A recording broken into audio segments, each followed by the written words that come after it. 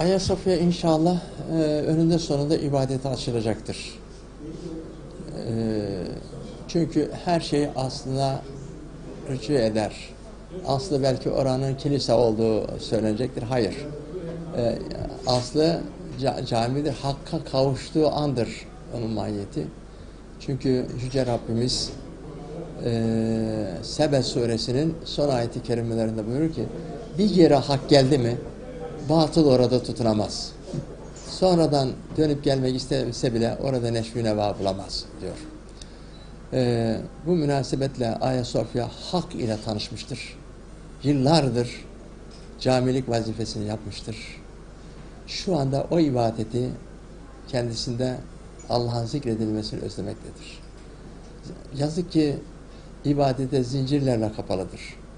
Nasıl ki bir zamanlar Haliç'te zincirle kapalıydı. İnanmış gönüllerin önünde o zincirler paramparça edildiyse Ayasofya'yı mahkum eden, mücrim gibi bağlayan o zincirlerden kırılacak, ibadete açılacak diyoruz. Kürt sorunu yahut PKK meselesi Türkiye'nin resmi ideolojinin yanlış yaklaşımların Türkiye'nin başına bela ettiği, kendi elleriyle ördüğü bir çoraptır yani şeyde. Çünkü bizim inancımıza göre, Yüce Rabbimizin ifadesine göre Kürt, Türk, Laz, Çerkez hiç fark etmez. Niye fark etmez? Çünkü yine Yüce Rabbimizin ifadesine göre bütün Müslümanlar kardeştirler. Türklerle Kürtler binlerce yıldan bu yana omuz omuza yaşamışlardır. Savaşlarda vücutlarını birbirlerine siper etmişlerdir. Çünkü kardeştirler. Farklı düşünmek mümkün değil. Ama küresel emperyalizm Müslümanları azınlıklar üzerinden vuramayacaklar için bu sefer mezhep farklılığını öne çıkarmakta. Bir taraftan Alevisin, Sünnisin, Şiasın, Caferisin vesaire gibi. Öbür taraftan da ırkî farklılıkları öne çıkarmakta. Sen Lazsın, sen Çerkessin, sen Kürtsün, sen Türkmensin, sen şusun busun gibi. Bunların şuurlu Müslüman nezdinde hiç itibar görmemesi lazım. Ben Kürdüm diyor. Ol Kürt olmakla ne olur? Ayrı bir devlet kurma cihetine gitmekte. Başlangıçta Kürt kardeşlerimiz, özellikle inançlı insanlarımız buna itibar etmemişti. Etmiyordu.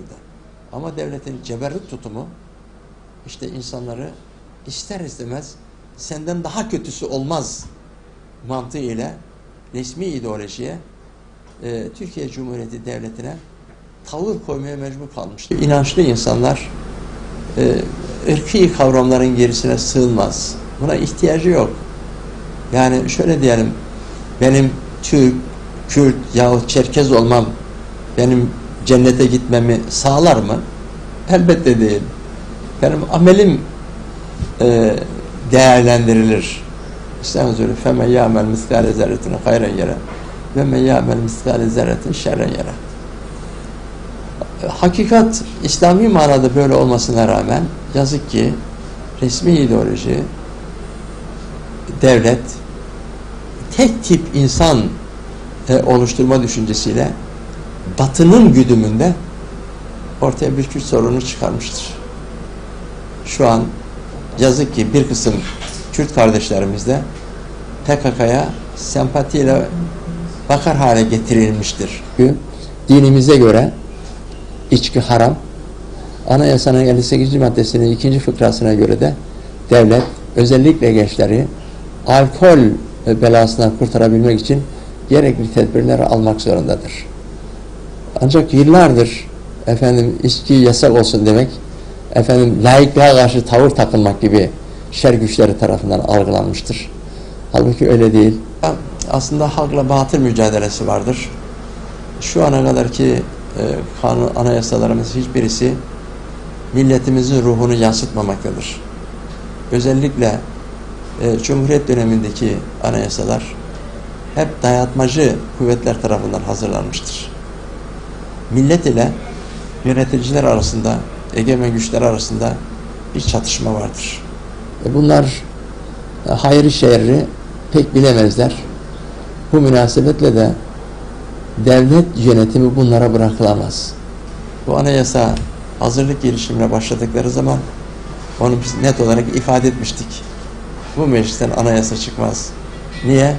Çünkü bu mecliste milli görüş yoktur, milli ruh yoktur demiştik. Aslında başörtüsü yasağı diye kanunen konulmuş bir yasak yoktur.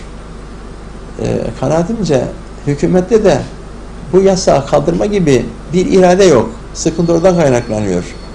Yoksa herhangi bir kanun gösteremezsiniz ki bana başörtüsü yasak desin.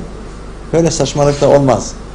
O zaman başörtüsü yasak dese bile bir kanun yok da dese bile o kanunu ortadan kaldırmak gerekir.